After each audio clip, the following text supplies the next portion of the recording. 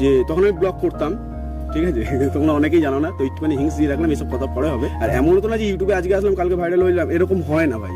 যারা যারা বলে, আমি যাদের যাদের বড় বড় ক্রিয়েটারদের ভিডিও দেখি তারাও বলে একই কথা। আর যারা বড় বড় এখন সেলিব্রিটি হয়ে গেছে বা মানে বড় বড় ইউটিউবার হয়ে গেছে, তারাও একই কথা বলে যে তুমি তোমার রুটিনটা মেনটেন রাখো, রুটিনটা মেনটেন রাখো, তাহলেই হবে।